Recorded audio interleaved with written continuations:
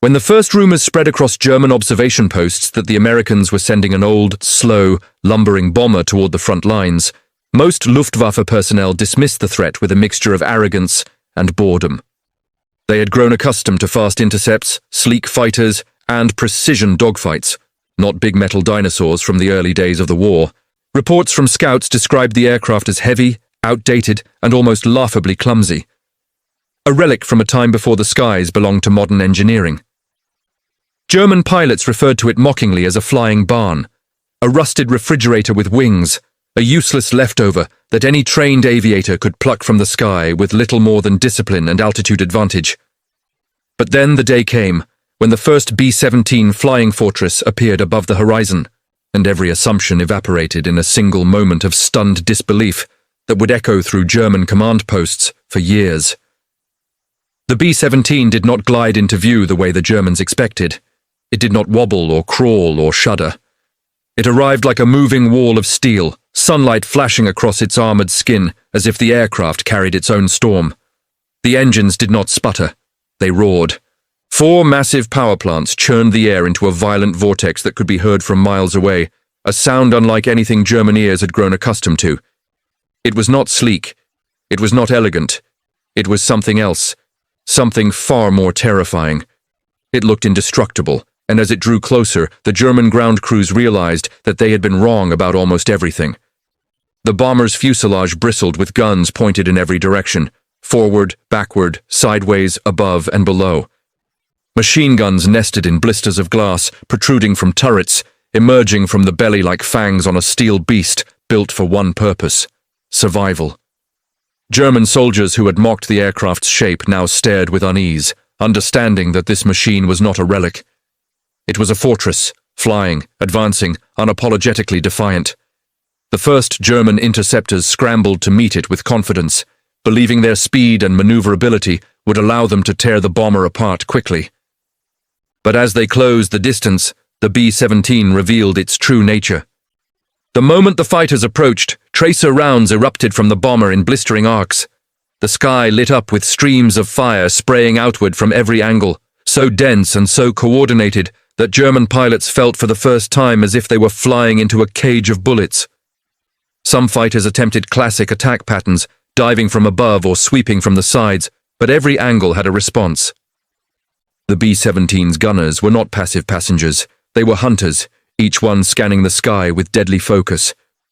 The Germans expected to see the bomber spiral downward in flames after the first burst of machine gun fire hit its thick hull.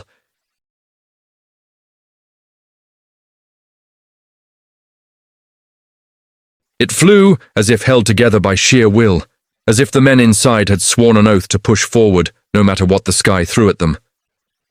And in a way, they had.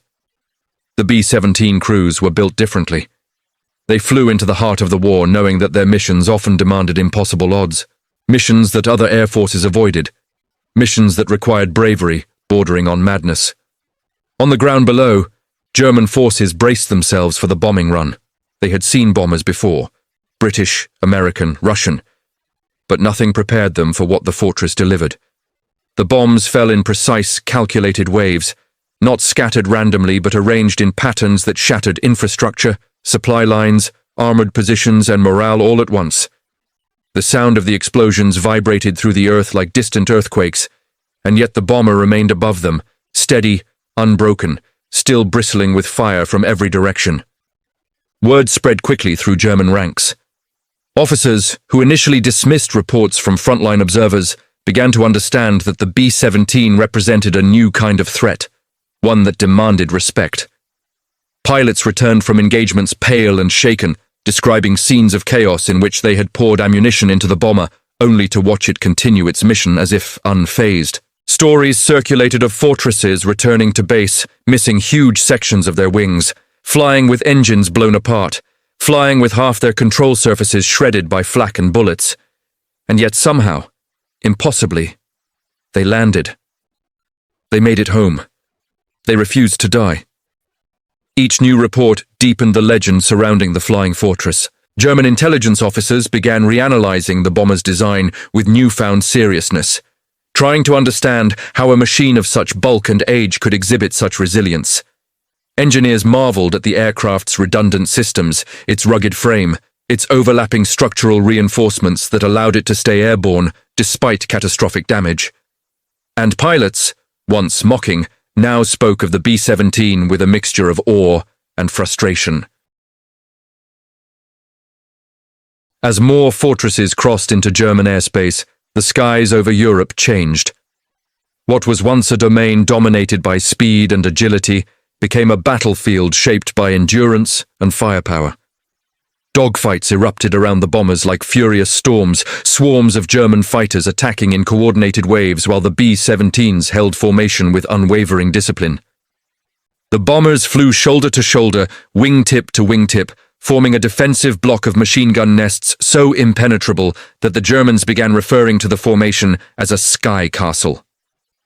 Any fighter attempting to break through faced dozens of guns firing simultaneously. From the perspective of German ground troops, the arrival of the flying fortress became a moment of dread.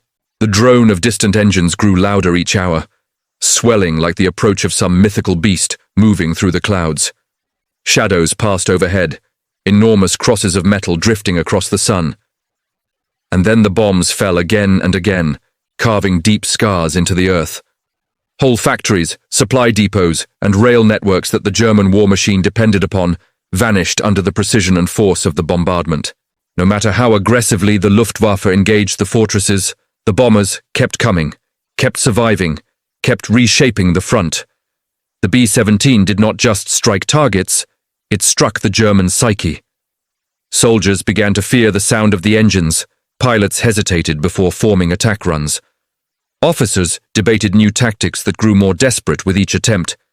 And through it all, the flying fortress continued to prove that it was not merely a bomber, but a declaration of American will, a symbol of endurance, a message carved into steel and carried across the sky. It said, without words, "We will not stop." And as the Germans watched the B-17 tear through the front lines again and again, their initial mockery faded into something else. Respect, fear, and an unsettling realization that this aircraft represented the turning of the tide. The war was shifting. The skies were no longer theirs. And the flying fortress, once underestimated as scrap metal, now showed them what true power looked like when it was forged not from beauty or speed, but from resilience, determination, and the unwavering spirit of the men who flew it. As German High Command scrambled to understand why their interceptors were struggling so fiercely against a single squadron of flying fortresses, reports began flooding in from every air wing across the Reich, each one echoing the same disturbing truth. The B-17 was unlike anything they had ever faced. Pilots returned from dogfights shaken, their voices trembling as they recounted the chaos that erupted whenever they engaged the American giants.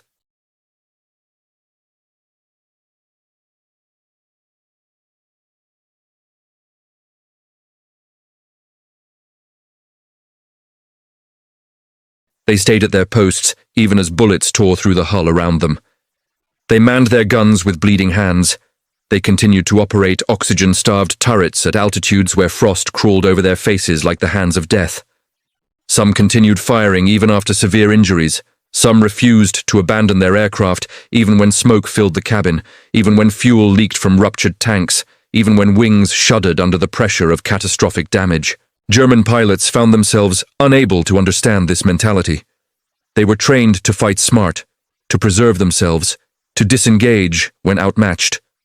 But the men in the flying fortress fought with a different mindset, one rooted in duty, honor, and an almost unbreakable brotherhood. The Germans learned quickly that no matter how brutal the engagement became, the B-17's crew would not break. The first time German engineers inspected a downed flying fortress, they were stunned silent.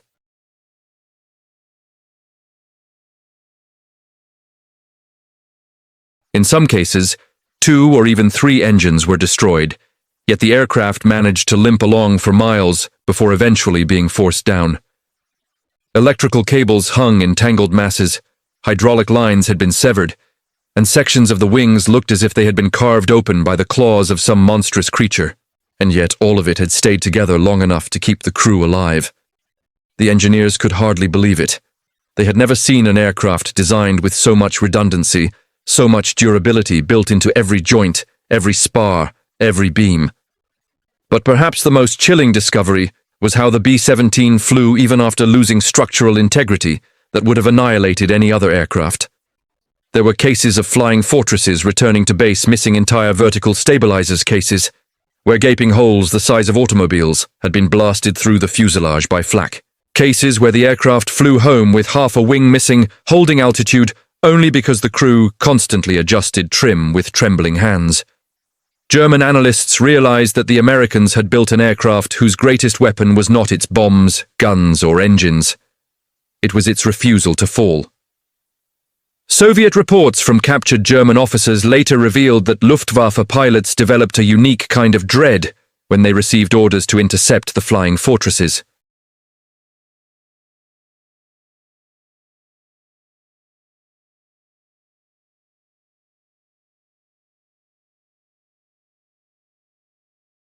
They recalled the sound, the monstrous hum of 4 engines pounding in synchrony, with hundreds of machine guns firing at once.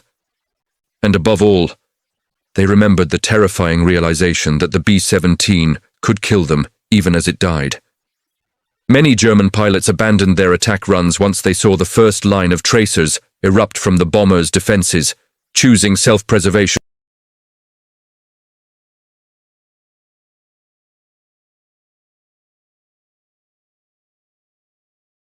This cycle began to break the spirit of even the most experienced German pilots. They felt as though they were fighting a monster that could not be stopped. The Germans developed new attack patterns, including head-on assaults, believing the fortresses would be vulnerable from the front. But the Americans adapted quickly, placing their best gunners in the nose and turret positions. Soon, head-on attacks became suicide missions. German pilots who attempted them came back with shattered aircraft, or did not return at all.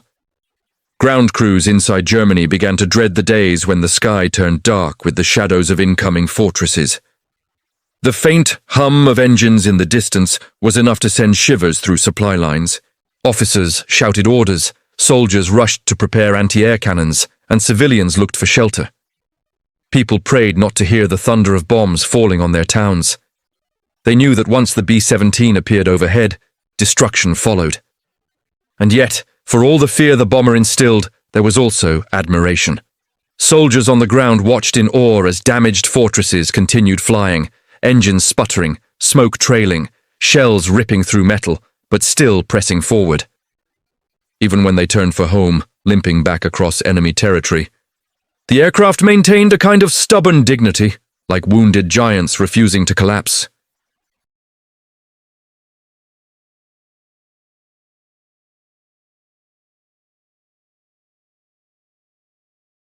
But it kept flying. German pilots watched in stunned silence as it crawled upward into the clouds, disappearing from sight, but never falling. The next day, intelligence confirmed that the same aircraft had made it home safely. Stories like this spread quickly, fueling the mythic aura surrounding the B-17. More than once, German villages witnessed injured fortresses turning toward home at impossibly low altitude, engines coughing, wings trembling, smoke pouring from ruptured tanks. And still, the pilots fought to keep them airborne. Children watched from fields and rooftops, marveling at the sight of the immense metal creature limping across the sky like a wounded titan. Many grew up remembering that moment for the rest of their lives. Inside German command bunkers, frustration became desperation. They needed a way to stop the flying fortress. They experimented with new weapons, new tactics, new formation attacks. They pushed pilots into engagements that were nearly suicidal. They ordered head-on collisions, mass intercept waves, blind flak barrages. And still the B-17s came, and still they survived.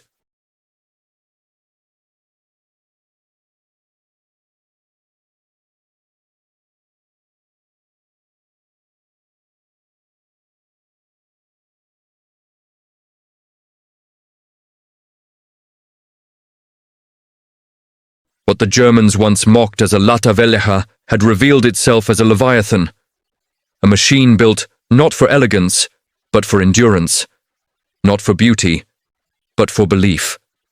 The flying fortress had become the embodiment of American determination, carrying courage in its wings and fire in its belly, tearing through the front lines again and again, with a message the Germans could no longer ignore.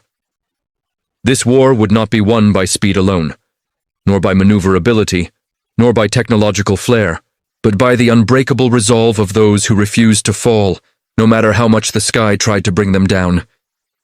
As the American bombing campaign intensified, and the B-17 flying fortress became a nearly constant presence over the European sky, German forces found themselves adapting not to defeat the bomber, but to endure it.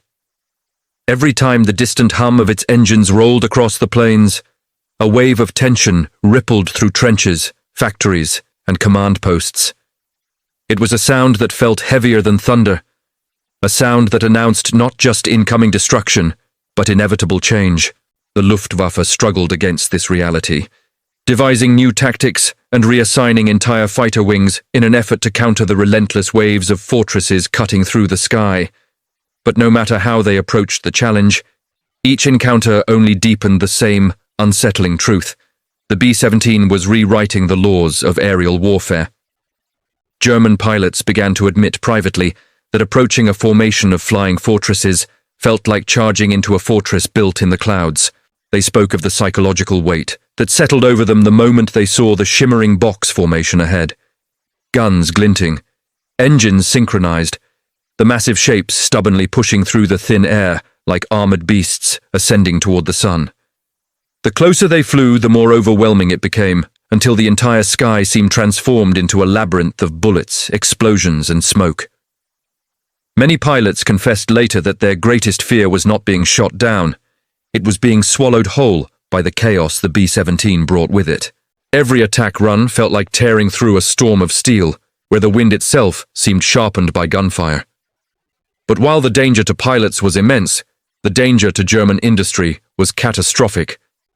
The B-17 had a way of striking not just targets, but the infrastructure that kept the Reich alive. Factories that produced aircraft frames, engines, weapons, ammunition, and fuel became primary targets, and each successful raid triggered a chain reaction that weakened Germany far beyond the immediate damage.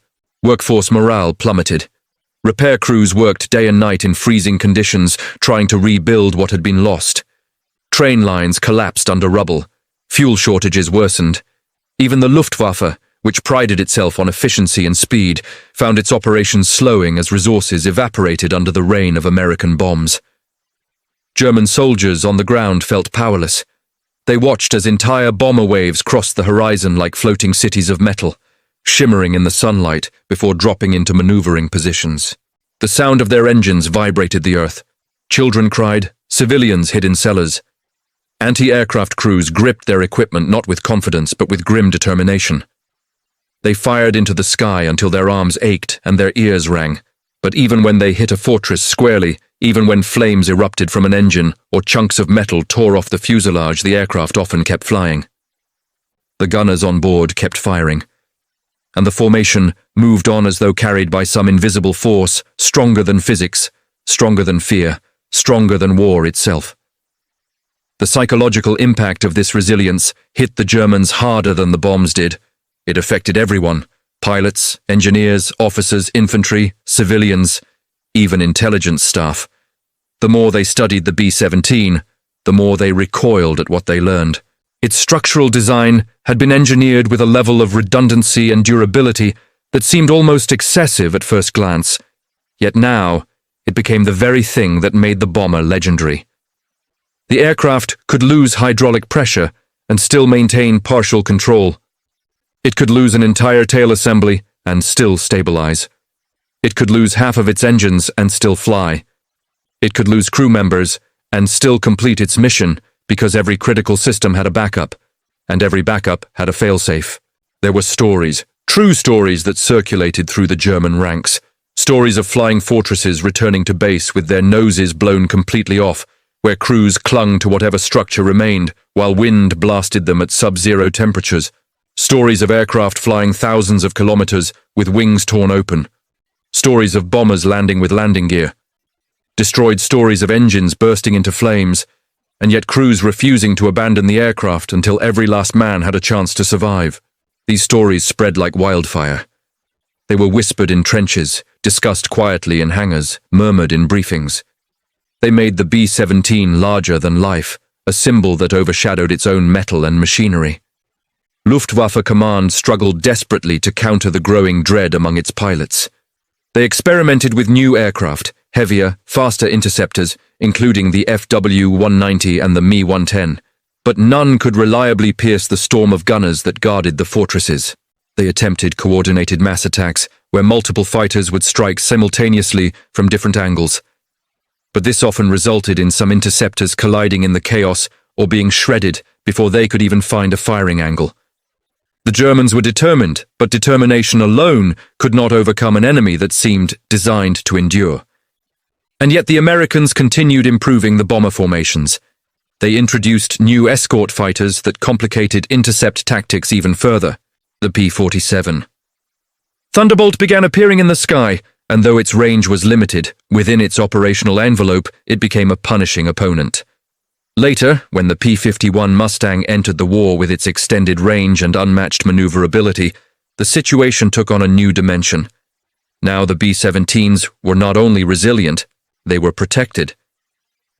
German pilots soon realized that approaching a formation guarded by Mustangs was nearly suicidal. Many chose to strike weak targets instead of challenging the nightmare fortress guarded by lightning-fast predators. Meanwhile, the flying fortress continued to carve a path directly into the heart of German-held territory. Cities that once felt untouchable became daily targets. Railways that once ensured the Reich's mobility now crumbled into ash. Industrial valleys that had been the beating heart of German production now lay quiet under blankets of smoke. And the flying fortress remained at the center of all of it.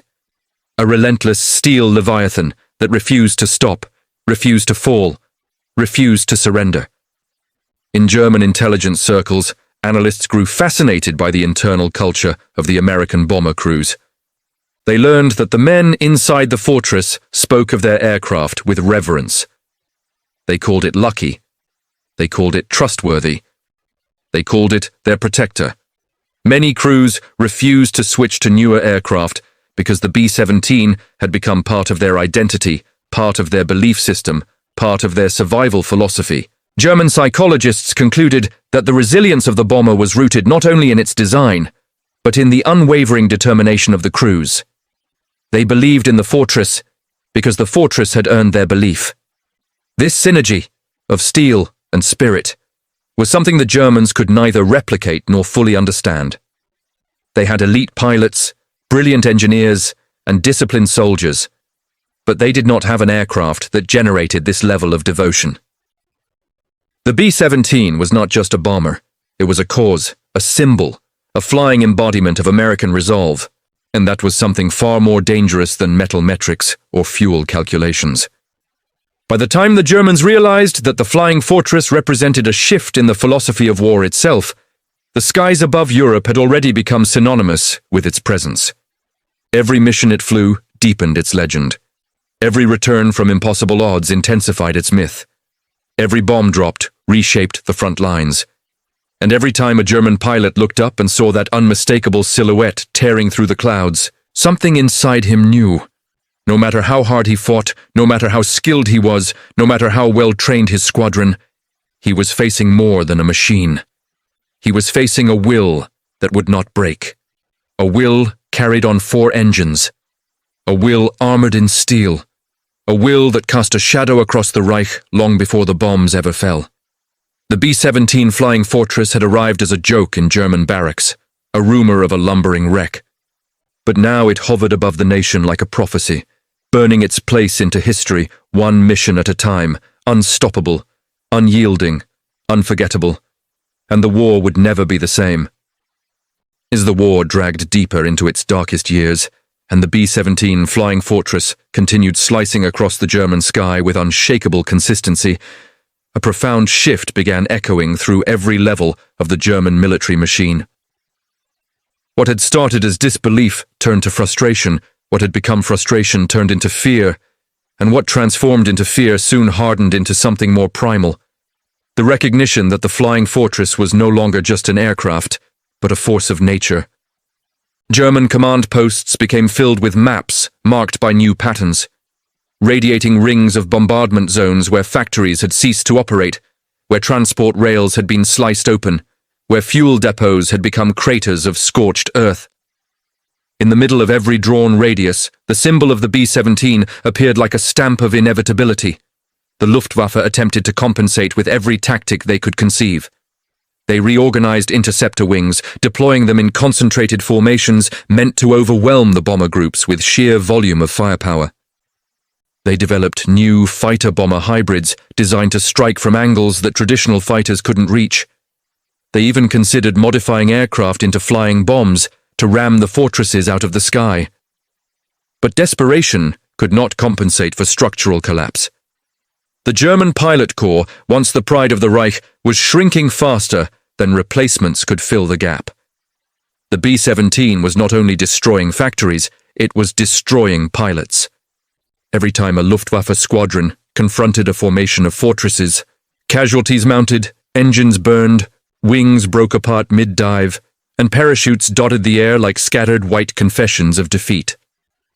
And while German fighters still inflicted damage, sometimes severe, on the bomber formations, the flying fortress continually proved itself capable of absorbing punishment at a scale no other aircraft in the war could survive. Stories of fortresses riddled with bullets, flying home on one remaining engine or returning with gaping holes torn through the fuselage became so common that German intelligence files overflowed with examples. Engineers were forced to rewrite their expectations for structural integrity as they studied downed B-17s and found that even catastrophic internal failures did not guarantee the aircraft's demise. A German technical officer once famously remarked, "The American bomber does not fly because of aerodynamics. It flies because it refuses to acknowledge that it has been defeated." This defiance manifested not only in the metal, but in the men who flew it.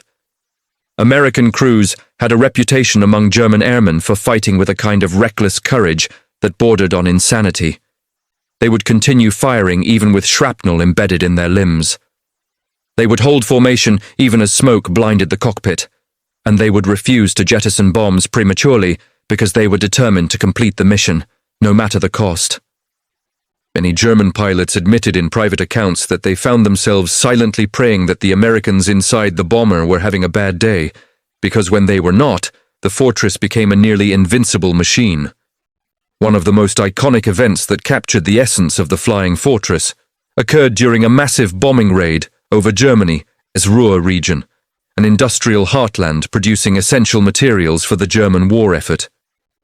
Hundreds of fortresses advanced in disciplined formation, their shadows blotting out the sun as German anti-aircraft guns opened fire with everything they had. The sky darkened with bursts of flak, each explosion sending deadly fragments arcing into the air in an attempt to rip the bombers apart. Yet the formation stayed tight, like a wall of steel pushing through a hurricane of fire. German soldiers on the ground watched in disbelief as damaged bombers refused to fall. Engines trailing smoke, wings riddled with holes. Some planes so battered they appeared to be held together by little more than air pressure and luck. But they kept flying. And when the bombardment began, it was like the sky itself cracked open. Factories crumbled beneath the rain of explosives. Rail lines twisted like metal vines under heat. Warehouses evaporated into dust. Every sector of impact widened the wounds Germany could no longer heal. In Luftwaffe briefings after the raid, seasoned pilots, men who had once fought with unshakable confidence, spoke in hushed tones about the fortresses that had survived impossible damage. One German ace recounted firing all his remaining ammunition into a single B-17's engines, wings, and cockpit, before watching the bomber's crew somehow regain control and steady its path. "It was like shooting at a ghost," he said, "one that refuses to leave the world of the living." Another described approaching the tail of a fortress, only to be forced away by a relentless crossfire from multiple gunners who seemed to anticipate his every move. The Germans began joking bitterly that the Americans had trained octopuses to man their gun turrets, because no matter where they attacked, they were greeted with a hail of bullets. And it wasn't only the physical resilience that struck the Luftwaffe, it was the psychological resilience. B-17 crews often decorated their aircraft with nose art and names that suggested personality, humor, and identity. German pilots found this unnerving. In the midst of a brutal war, the Americans had somehow infused their machines with character, giving them faces, stories, and nicknames like Memphis Belle, Hell's Angel, and 909. These weren't just aircraft, they were symbols. Each one represented a crew bonded by camaraderie, by shared danger, by an oath to bring each other home. The Germans lacked a direct equivalent, and the difference showed in morale. As losses mounted and fuel supplies dwindled, the Luftwaffe's once elite fighter divisions became shadows of their former selves. Pilots with mere months of experience were thrown into the air to confront fortresses that experienced aces struggled to bring down. Many barely knew how to maneuver under combat pressure. Some had never fired their weapons in live training, and against such overwhelming inexperience, the B-17 became even more deadly. In some engagements, the bomber's gunners shot down inexperienced German pilots before they even reached firing distance. This accelerated the collapse of the Luftwaffe, creating a vicious cycle of loss from which Germany could not recover. Meanwhile, the Americans only tightened their grip. New formations flew tighter than before. New gunnery techniques increased accuracy. Escorts extended deeper into German airspace, and the fortresses dropped bombs with mechanical precision, as if guided by some unseen hand. By now, the flying fortress was more than a weapon. It was a message. To the Germans, it said that the war was slipping away. To the Americans, it said that victory in the air meant freedom on the ground. To the world, it said that when courage and engineering meet, the impossible becomes reality. This truth became most evident in one of the war's most dramatic confrontations, when a heavily damaged B-17, later nicknamed the Iron Ghost, attempted to return home after a bombing run deep within Germany. The bomber had been ravaged by flak and fighter attacks, its tail nearly severed, its fuselage torn open, its left wing punctured by cannon fire. 2 engines were gone. The remaining 2 sputtered desperately. The crew fought to keep the aircraft stable, manually adjusting controls that no longer responded to mechanical systems. German pilots circled the dying bomber, preparing to give the finishing blow. But something stopped them. They saw the crew inside. They saw the gunner, who refused to abandon his position despite blood dripping from his uniform. They saw the pilots struggling with every ounce of strength to keep the aircraft from spiraling downward. And perhaps for the first time in the war, the Germans felt a notion stronger than hatred or strategy: respect. One pilot later admitted that he could not bring himself to destroy such courage. He watched the Iron Ghost limp toward distant clouds, barely holding altitude, and allowed it to leave German airspace. It was no longer a target, he said. It was a testament. Stories like this spread rapidly. German soldiers whispered about a bomber so damaged that it should have fallen from the sky instantly, yet somehow managed to glide over towns like a wounded angel. American newspapers later confirmed that the aircraft had indeed returned to base, its crew alive, its survival deemed miraculous even by US engineers. And though such tales might seem exaggerated, the war was full of them. Stories of impossible endurance, of metal refusing to surrender, of men refusing to give up, of a bomber that seemed carved from the stubborn spirit of the nation that built it. By this point, even German civilians understood what the B-17 meant. When they heard its engines, they no longer scoffed. They braced. They hid their children. They looked at the sky wide-eyed, knowing that the thunder above was not a passing storm, but a declaration. And as the flying fortress tore across the horizon once more, leaving destruction in its wake and carving another chapter into the collapsing Reich, the Germans realized they were not fighting an aircraft. They were fighting inevitability itself. By the final year of the war, when the German sky had been carved into a battlefield of smoke trails, shattered clouds, and echoes of distant engines, the B-17 flying fortress no longer felt like a machine created by human hands. To the Germans who faced it, it felt like a prophecy forged in steel. It symbolized the turning tide of a world slipping from their grasp. Every time its shadow passed overhead, It carried with it a message that no fortress on the ground could match, no bunker could silence, and no fighter could fully deter. The message was simple, but absolute. The Americans were not just coming, they were unbreakable! And yet the true impact of the flying fortress would only be understood in the final chapters of the conflict, when the German war machine began to collapse under its own weight. Factories once considered indestructible burned in brilliant pillars of flame. Supply lines crumbled like dry twigs under a boot. Rail depots that had once pulsed with movement now lay silent, their twisted metal skeletons reaching upward as if begging the sky for mercy. Entire cities found themselves isolated, not because armies had reached them, but because the B-17 had severed the arteries that kept them alive. As the flying fortress battered infrastructure into dust, German commanders began to experience something they had never truly known before: helplessness.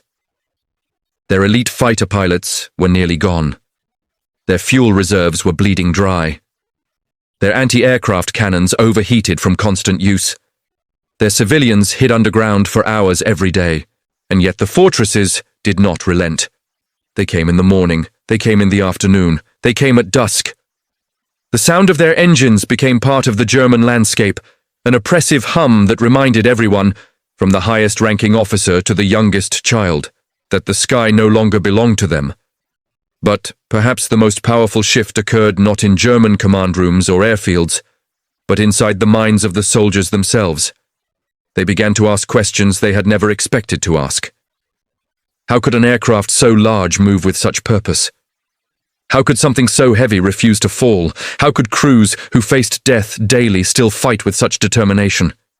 And how could this bomber, this flying fortress, be the very thing that broke the momentum of an empire? These questions carried an emotional weight that statistics and tactics could not explain.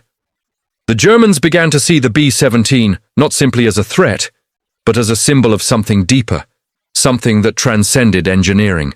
For months, German newspapers had tried to portray the aircraft as a failing design, an American mistake, a lata velja held together by luck and arrogance.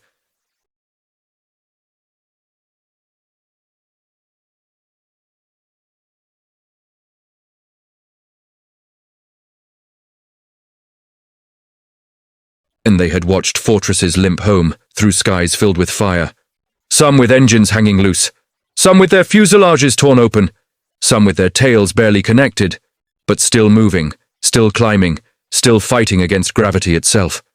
It was impossible not to respect such stubborn endurance, even when it came from the enemy. One of the most striking moments of this transformation came in the last winter of the war. A lone B-17, later known by American crews as Steel Grace, became separated from its formation after sustaining heavy flak damage.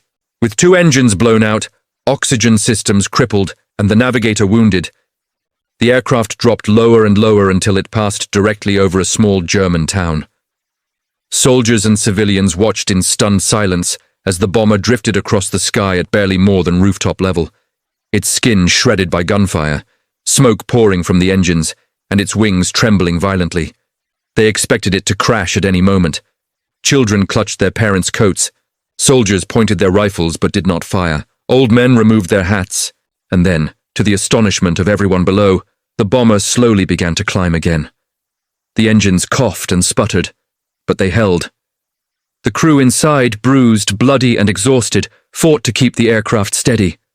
Slowly, steadily, impossibly, the B-17 rose above the rooftops, above the hills, above the farms, until it vanished into a curtain of grey clouds. Days later, American radio reports confirmed what no one in that German town would ever forget. The bomber had made it home. Its entire crew survived. The Germans who had witnessed the scene carried that memory for the rest of their lives. Events like this hardened the legacy of the fortress into something eternal. Even among German pilots, a strange reverence grew. They had been trained to destroy enemy aircraft without hesitation. Yet some Luftwaffe aces admitted privately that the courage, resilience, and discipline shown by the B-17 crews earned their deepest respect. One pilot, a veteran of over 200 combat missions, wrote in his journal that shooting down a fortress felt like fighting the ocean, inevitable, overwhelming, and impossible to conquer. "They come," he wrote, "and they do not stop. You kill one, but 10 more follow. You damage one, but it refuses to fall. You break its wings, and it still flies. The steel has a spirit, and the men inside it share that spirit. We do not fight planes, we fight beliefs." German engineers, too, found themselves humbled. They had spent their careers designing precision machines, elegant fighters, advanced interceptors. Yet the fortress stunned them. When they examined the remains of downed B-17s, they often found evidence of survival that defied explanation. Fuselages that held together despite being shredded, control systems that worked despite being severed, engines that continued to fire despite missing cylinders.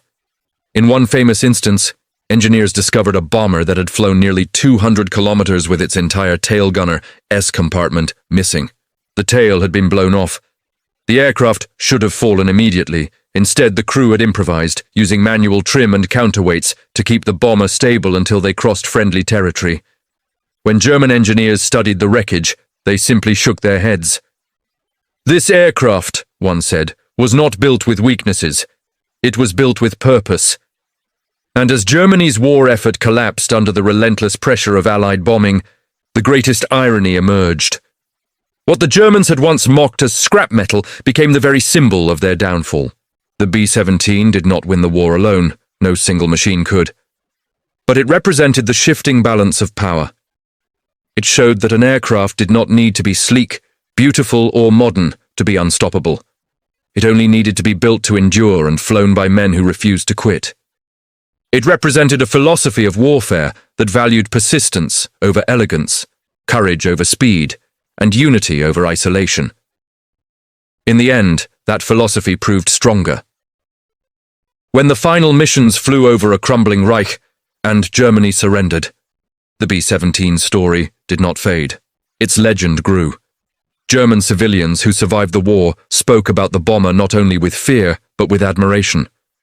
Luftwaffe pilots, years later, admitted that the fortress had changed their understanding of aerial combat forever. American crews returned home as heroes, carrying stories of impossible survival that still echo through history. And historians have since recognized the Flying Fortress as one of the most important aircraft ever built, not because it was the fastest or the most advanced, but because it embodied the very thing that makes nations victorious, the will to endure. The Germans expected scrap metal. They expected a relic. They expected a mistake. But what they saw tearing through their front lines was something else entirely. They saw a titan built from steel and sacrifice. They saw an aircraft that turned ridicule into awe. They saw a machine that refused to fall even when the sky itself tried to kill it. And long after the war ended, long after the engines fell silent and the smoke cleared, one truth remained forever etched into the memories of those who witnessed the Flying Fortress in action. It was not just a bomber. It was a message carried on wings. A message that said no matter the odds, no matter the fire, no matter the fury of the world, some things are simply unbreakable.